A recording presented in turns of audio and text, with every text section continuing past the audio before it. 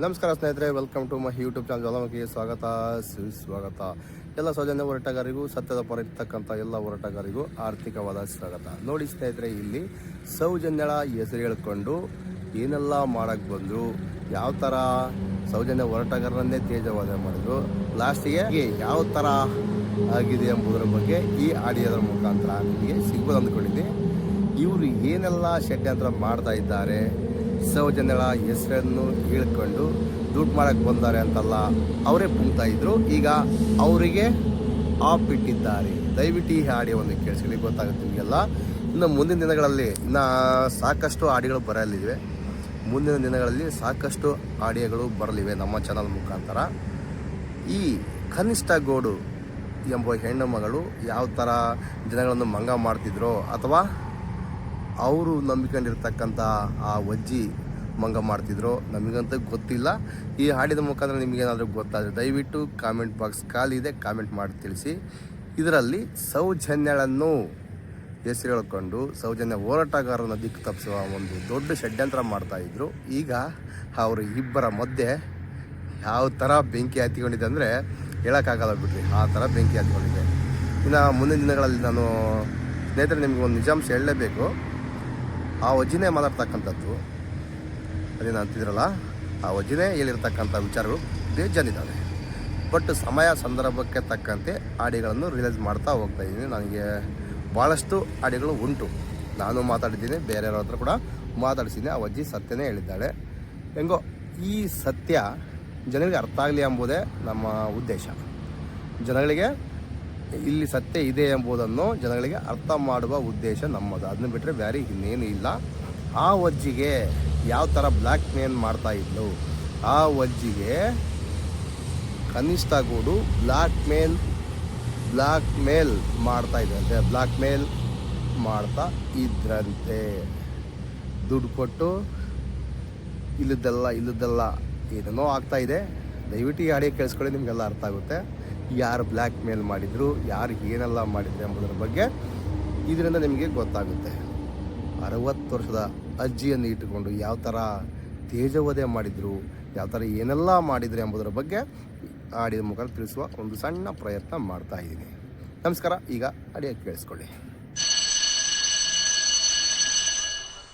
Hello सूर्य अभिषेक trend set आदो बरोबर ना ಎಂಕ ಎವಲ ಬೋಚಿ ಅನಿತಾ ಏನು ಸಯ್ಯರೆ ಫೋನ್ ತುಳ್ಳೆ अच्छा, ಏನು ಆತ್ಮಹತ್ಯೆ ಅಂತ ಏನು ಪೂರ ಏನ ಬೋಚಿ ನಿಂತ ಎನ್ನ ದುಡ್ಡು ತಿಂತಿಕ್ಲ ಅಂಬೋಡೆ ಗೊತ್ತಾನ ಗೊಬ್ಬ ಎನ್ನಂಟ ಗೊಬ್ಬಿರ ತೆಕ್ಲು ಏನ್ ನಿನ್ನ ದುಡ್ಡು ತಿಂದ್ರಕ್ಕೆ ನಿಂಗೆ ಸ್ವಲ್ಪ ಪಂಚ ಬೇವರ್ಸಿ ಇಡೀ ಕರ್ನಾಟಕದ ಮಂಗೆ ಮಲ್ತ ಗೊತ್ತಾನತ, ಇಡೀ ಸಮಾಜನ ಹಾಳು ಮಂತೈ ಎಂಚಿತ್ತ ವಿಷ ಕನ್ಯೆ ಗೊತ್ತಾನತ, ಹಿಂದೆ ಬಂತೈ ಈ ಸಯ್ಯೋಡೆ ಈ ಜಗತ್ತಿಟ್ಟಂತ ಈ ಬದುಕೆ ರಾವಣ ನಾನ ಗೊತ್ತಾನದ.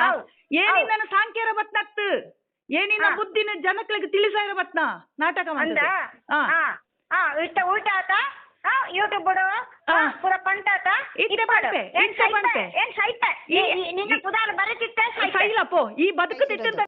ವೀರೇಂದ್ರ ಹೆಗ್ಡೆ ಅವರು ತಾಯಿ, ಹೌದು, ಸ್ವಂತ ಮಕ್ಕಳೇ, ಸ್ವಂತ ಮಕ್ಕಳೇ. ಇನ್ನ ನಿಮ್ಮನ್ನ ಬಿಡ್ತಾರೆ ನಮ್ಮ ಇವರು. ನೀವು ಅರ್ಥ ಮಾಡ್ಕೊಳ್ಳಿ, ಗೊತ್ತಿಲ್ಲದೆ ಯಾವ್ದನ್ನು ನಾವು ಇದು ಮಾಡಬಾರ್ದು.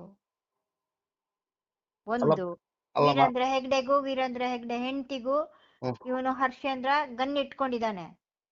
ಅಲ್ಲ ಅವರು ಆಕ್ಚುಲಿ ಒಳ್ಳೆ ಒಂದು ಇದ್ರಲ್ಲಿ ಇದ್ರು. ಅವ್ರು ಇನ್ನು ಎಲ್ಲಿ ಇದು ಮಾಡ್ತಾರೆ ಅಂತ ಹೇಳ್ಕೊಂಡು ಅವರು ಭಯದ ವಾತಾವರಣದಲ್ಲಿ ವೀರೇಂದ್ರ ಹೆಗ್ಡೆ ಹೆಂಡತಿರು ಇಬ್ರು ಇವನು ಗನ್ ಇಟ್ಕೊಂಡು ಅವರನ್ನ ಭಯ ಪಡಿಸ್ಕೊಂಡು ನಿಲ್ಸಿದಾನೆ. ಅಲ್ಲಿ ಹರ್ಷೇಂದ್ರನ ಆಳ್ವಿಕೆ ನಡೀತಾ ಇದೆ. ಇದು ತಿಳ್ಕೊಳ್ಬೇಕು ಸರ್.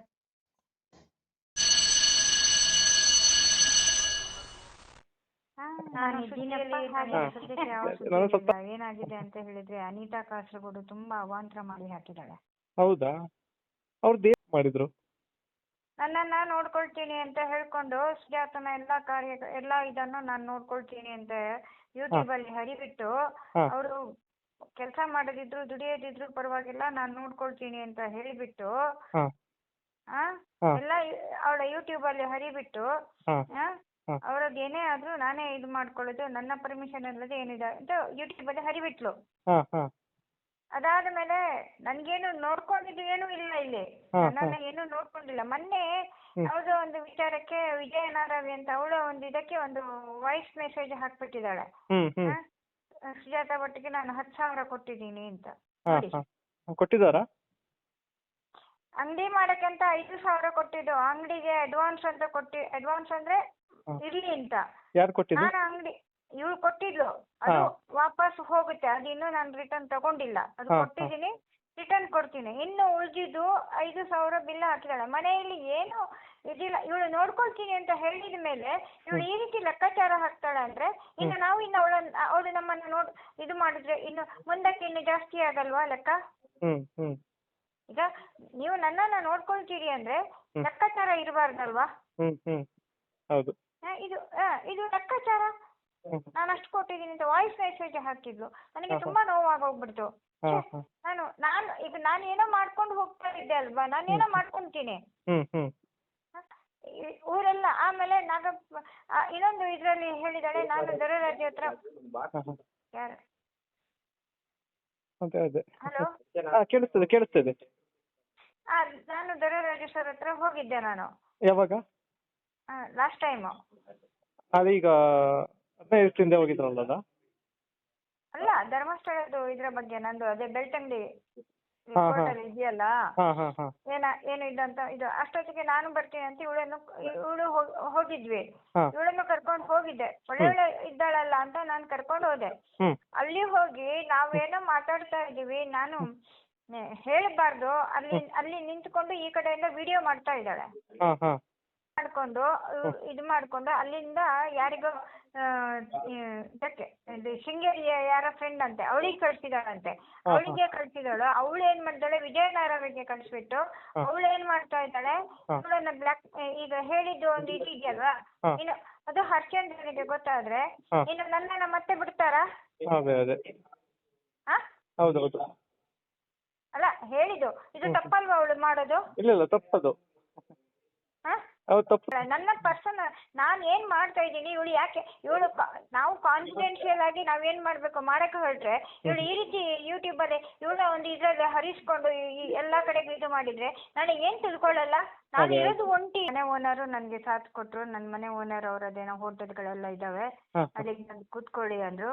ಈಗ ಜೀವನ ನಡ್ಸಕ್ಕೆ ಏನೋ ಒಂದು ದಾರಿ ನೋಡ್ಕೊಂಡು ಅಲ್ಲಿ ಹೋಗಿ ಆರಾಮಾಗಿ ಕೂತ್ಕೊಳ್ತೀನಿ. ಬೆಳಿಗ್ಗೆ ಹೋಗ್ತೀನಿ, ರಾತ್ರಿ ಸಂಜೆ ಒಂದು 7:30 8 ಗಂಟೆಗೆ ಮನೆಗ್ ಬರ್ತೀನಿ. ಸಾಕು ನನ್ಗೆ. ಏನಾಗುತ್ತೋ ಅದು ನೋಡ್ಕೊಂಡು ಹೋಗ್ತೀನಿ. ಇನ್ನೇನ್ ಮಾಡಕ್ಕಾಗಲ್ಲ. ನನ್ ಮನೆ ಓನರ್ ನನ್ಗೆ ಇಂಪಾರ್ಟೆಂಟ್ ಅಲ್ವಾ? ಇವರೆಲ್ಲ ನೋಡ್ತಾರೆ, ಇವ್ರು ಇದು ಮಾಡ್ತಾರೆ, ಇವ್ರು ಯಾವ್ದೋ ಒಂದು ಇವ್ರು ಪ್ರಚಾರ ಪ್ರಿಯರು. ಪ್ರಚಾರ ಬೇಕು ಇವಳಿಗೆ. ಅದೇ ಎಲ್ಲರೂ ಬೈತಾ ಇದ್ರು, ಬಟ್ ಅದೇ ಹಿಂಗ್ ಮಾಡಿದ್ರೆ ಇನ್ಯಾರು ಬೈದಲ್ಲ ಇರ್ತಾರೆ. ಅದೇ ಹ್ಯೂಮನ್ ರೈಟ್ಸ್ ಪ್ರಶಾಂತ್ಗೆ ಮೊನ್ನೆ ಅಲ್ಲಿ ಕೋಟಾ ಸ್ಟೇಷನ್ ಅಲ್ಲಿ ಅರೆಸ್ಟ್ ಆಗ್ಬೇಕಾಗಿತ್ತು ಇವಳು. ಅವ್ರ ಮನೆ ಬಾಗ್ಲಿಗೆ ಹೋಗಿ, ಪ್ರಶಾಂತ್ ಮನೆ ಬಾಗ್ಲಿಗೆ ಹೋಗಿ ತುಳಸಿ ಕಟ್ಟೆಗೆಲ್ಲ ನೀರ್ ಹಾಕಿ ಎಲ್ಲ ಏನೇನೋ ಮಾಡಿದಾಳೆ. ಬಿಡಿ, ಅದು ಬೇಡ ನನ್ಗೆ. ಅದಕ್ಕೆ ನಾನ್ ನಿಮ್ಮ ಹತ್ರ ಸಜೆಷನ್ ಕೇಳೋಣ, ಏನ್ ಮಾಡೋದು, ಹೇಗೆ ಇದ್ ಮಾಡೋದು?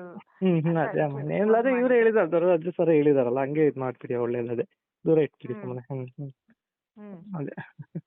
ನೋಡು, ಧರ್ಮಸ್ಥಳದ ಕಡೆನೂ ಇದ್ದಾಳೆ. ಹಂಗೆ ಅನ್ಸುತ್ತೆ ನಮಗೆ ಅವ್ರ ಆಡ್ತಾ ಇರೋದ್ ನೋಡಿದ್ರೆ. ಇಲ್ಲ, ಅವನು ದೀಪಕ್ ಶೆಟ್ಟಿ, ಆಮೇಲೆ ಶುಭಾರೈ ಅವರೆಲ್ಲ ಆ ಕಡೆನೇ ಅಲ್ಲ? ಅವ್ರ ಕಡೆಗೆ ಇದ್ದಾಳೆ ಇವಳು. ಏನು ಆಗಲ್ಲ ಏನು ಆಗಲ್ಲ ಏನು ಆಗಲ್ಲ ಅಂತ ಅವ್ರು ಹರ್ಷೇಂದ್ರನಿಗೆ ಹೋಗಿ ಏನಾಗಲ್ಲ ಅಂದ್ರೆ ಇಲ್ಲಿವರೆಗೆ ಏನು ಆಗ್ತಾನೆ ಇರಲಿಲ್ಲ. ನೀವೆಲ್ಲ ಜೈಲ್ಗೆ ಹೋಗ್ತಾ ಇದ್ರಿ, ಏನು ಆಗಲ್ಲ ಅಂದಿದ್ರೆ ಇಷ್ಟೊತ್ತಿಗೆ. ಸುಮ್ನೆ ಅವರೆಲ್ಲ ಏನು ಆಗಲ್ಲ ಅಂತ ಭರವಸೆ ಇದ್ ಮಾಡಿ, ಏನು ಆಗಲ್ಲ, ಹಂಗೋಗ್ಬಿಡಿ ಹಿಂಗೋಗ್ಬಿಡಿ, ಉಲ್ಟಾ ಆಗುತ್ತೆ, ಬಿಟ್ಟಾಕ್ಬಿಡಿ ಅಂತ ಹಿಂಗ್ ಕತೆ ಕಟ್ತಾರ ಅಷ್ಟೇ. ಬಿಡಿ, ಅದು ನಾವು ಮಾಡ್ಕೊಳ್ಳಿ, ನಿಮ್ದು ಏನಿದೆ ಅದು ನೀವು ಇದ್ ಮಾಡಿ ಅಷ್ಟೇ. ಹಾಗೆ ಅದೇ